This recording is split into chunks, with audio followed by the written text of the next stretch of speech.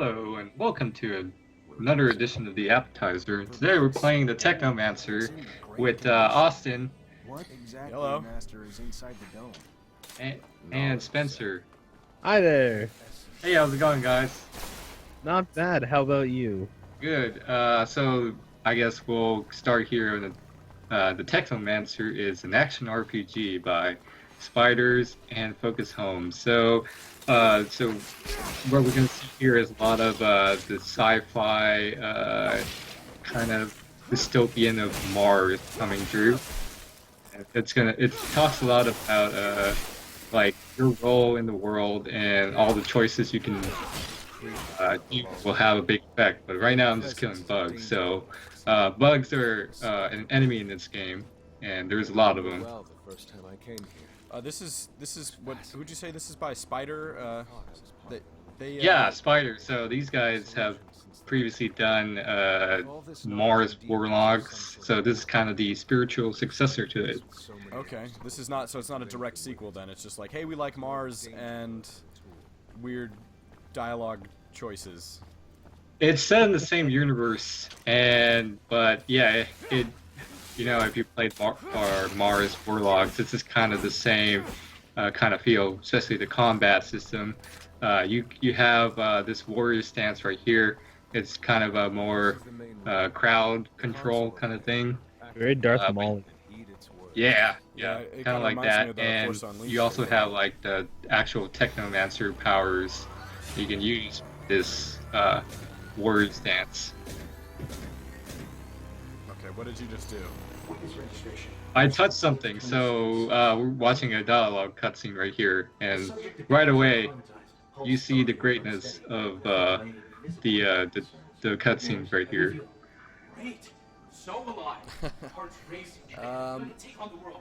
How much of this have you played, Will? Is there a lot of this in the game? It's cutscene heavy. It's kind of scattered throughout, but a lot of your story is being told in just back pan camera style, third person to like talking to another person kind of thing. So these cutscenes don't happen very often. But this is the first part of the game, so it's kind of showing you more of the world here. So I'm new to this whole franchise. Are these cutscenes advancing like the plot that's happening now, or are they establishing are they world building? This recording dates So right now, they're kind of telling you about who the Technomancers are. They're sort of like this religious deity thing, and you're kind of seen as like a superhuman in this world. So that's kind of the gist of it. Any of those things matter. Cool. Might not I like our the idea of that. mutation simply be of a different form? So this guy, you play as a guy who doesn't know what the Technomancers are, but is a Unifies the Technomancer. He romances. He is training to become a Technomancer. So Okay. this is like his You initiation. would become nothing but slaves. Now, are Is that there really- Situation is be- already are there incredibly dialogue desirable. choices? Is this like Mass They're not Effect? only Like, do you isolated, get but good used points as and human bad power. points? Renegade Take a or walk. Oh yeah. There's definitely a lot of like dialogue choices that affect your karma with certain factions Don't be and dismayed. characters. I have been through this. Later on in the game, you get to really test that out and see who your ally is or who you want to keep with you, sort of thing. But since it's initial right now, there's not a lot of those being shown. Oh, it kind of holds your hand at the beginning so that it kind of throws you to the wolves where you want to pick. Yeah, definitely on that course. Yes. That's cool.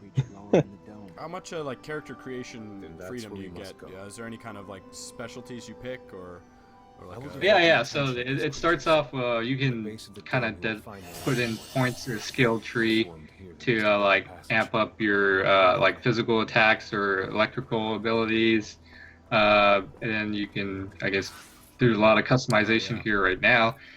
There's like the rogue, warrior, guardian, technomancer, and all of these have a skill tree you can put points into. That is just one part of it. There's also crafting and science and all the passive abilities that you have in the game that you can put in points too. So there's a lot of systems in play here. But here I'm just showing off you can actually map your abilities to the wheel at the bottom left here, so you can use them. Okay, and the abilities are I like the stance dependent? swappable styles. That's cool. Yeah. Yeah, you can definitely mess around with like the different stances and swap on the fly. There's also an active pause where you can just line up and order attacks when. Oh, that's cool. Yeah, so how is the combat here then? Is it Yeah, the combat is kind of odd. You have a lock on, but I don't really use it at all. I kind of with the warrior stance, you can kind of free roam and it'll lock onto the nearest enemy sort of thing. But you can lock on with the archery if you're playing on PS4. And yeah, that kind of gets into here the crafting system where you can equip your different weapons you picked up along the way, and you can put in upgrades to the weapons. So I put a lot of points into my crafting ability so I can have more of the level upgrades here. okay? It's a Is cool that- system. I like that. I feel like there'd be a lot of room for like making it your own. Oh yeah, definitely. It'll cater to the playstyle you want to play. So if you want to be more stealth and fast, there's a style for that. Or if you want to just go in hard and like kill stuff, there's that option as well. But I think the combat here is a lot more like a Dark Soulsy play. So a lot of it is tactical. That you can't just run in and just like swing, match on attack, but there's a lot more. It's very tactical. It's more Dark Souls than God of War.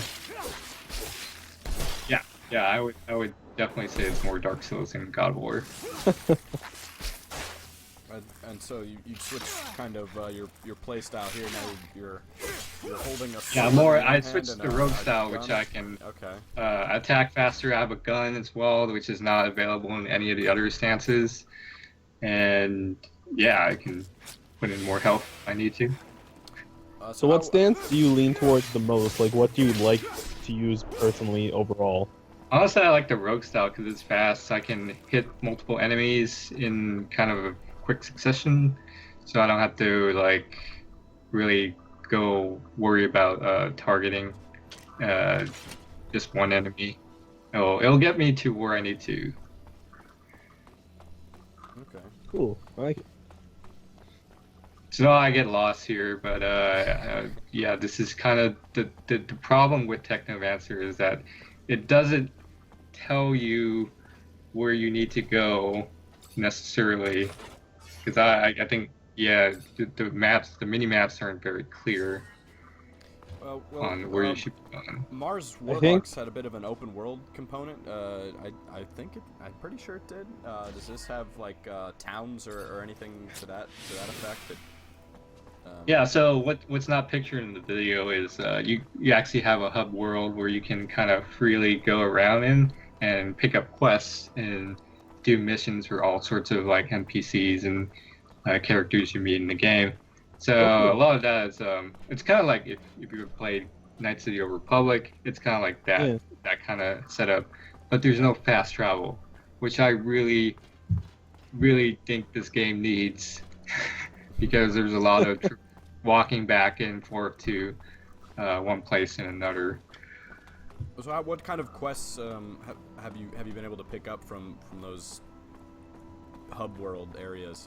Have they been meaningful, or are they kind of like go out and kill 15 of these spiders and bring back a bunch of legs or something? Oh, they're not into like that MMO-y grindy level, but it does like ask you to like go meet someone to pick up something from this person and bring it back to them thing.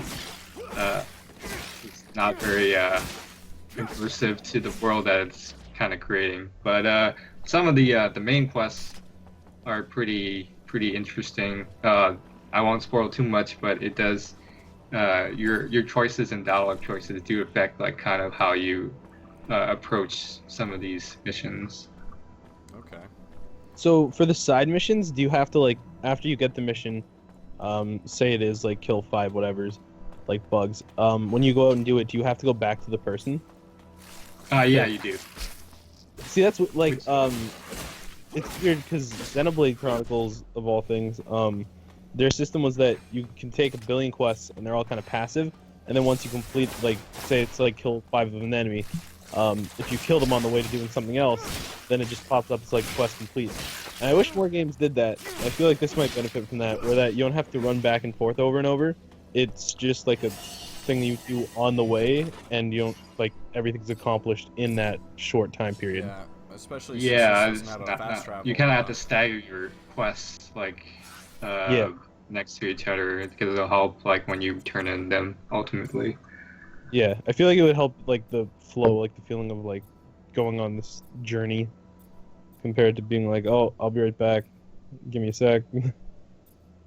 So yeah, here's like kind of the ability or talent tree that you can spend your points into. These don't come as rarely as often as your skill tree, but it does make a difference in like the blocks and the level of the locks you encounter in the world, or like the things you can craft in the game.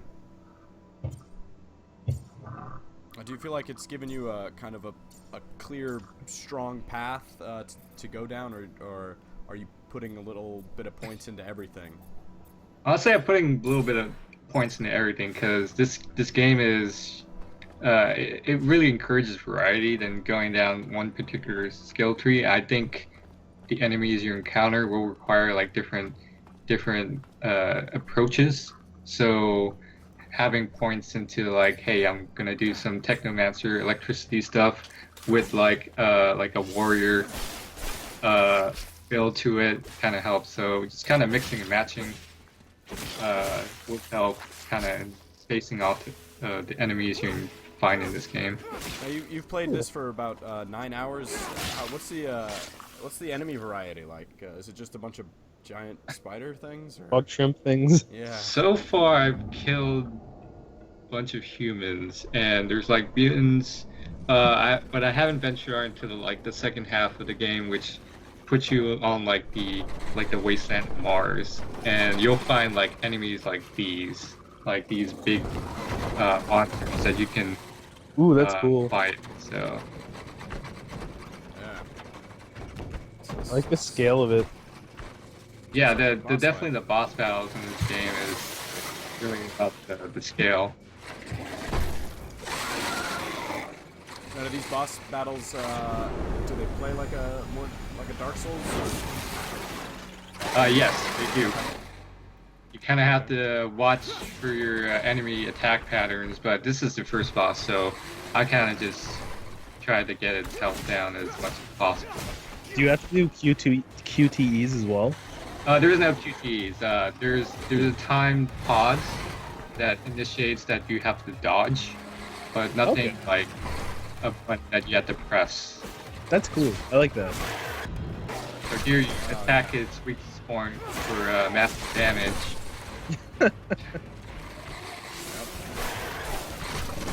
Is there like a stagger system or like a backstab mechanic where you can kind of do finishing moves or more critical damage to enemies that aren't aware of your presence? There is some stealth into this game, so you can do a sneak attack when you're in stealth mode to like kind of go up on the enemy and do a double damage multiplier. But there's also you can stagger enemies if you hit it, like if you time an attack at the right point. Okay. So how many boss battles do you think you've encountered so far? So far, I've countered 2, Oh. and I've been I think 8 hours in, so or 8 to 9 hours. So Are they pretty diverse? Like it's not like you're fighting another big, like praying mantis kind of thing. It's something else.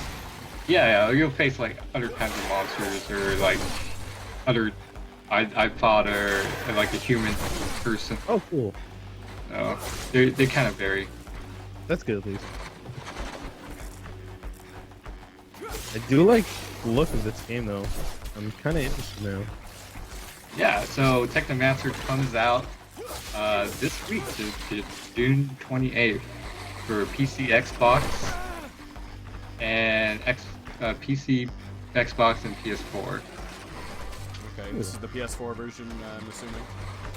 Triangle and Yep, I am square buttons. reviewing the PS4 version. Yeah. Controllers they work all right. I feel like this is better on PC. Okay. Is there any kind of online component at all, or is it just Nope, this is strictly a single player? solely single-player action RPG. Okay. Cool. I like it. Yeah, I think that about covers it. All right. Yeah, well, I mean, I'm already. This has made me pretty interested. Definitely gonna give it a look. it looks like some of the voice acting and cinematic stuff might be a little rough, but I think it's got that goofy charm that Warlogs had, at least from an outside perspective. Yeah, it's got that B-list movie feel. So if you like kind of like the campy sci-fi action, this is definitely one to check out. Cool. Cool, I like Sounds it. good. I'll have Yeah. to do it. Well, thanks for right. showing this to us. Well, Yeah, no Yeah. problem. Until next time. yeah. Till next. We'll look for the review next week. Yep, look for the review. All right.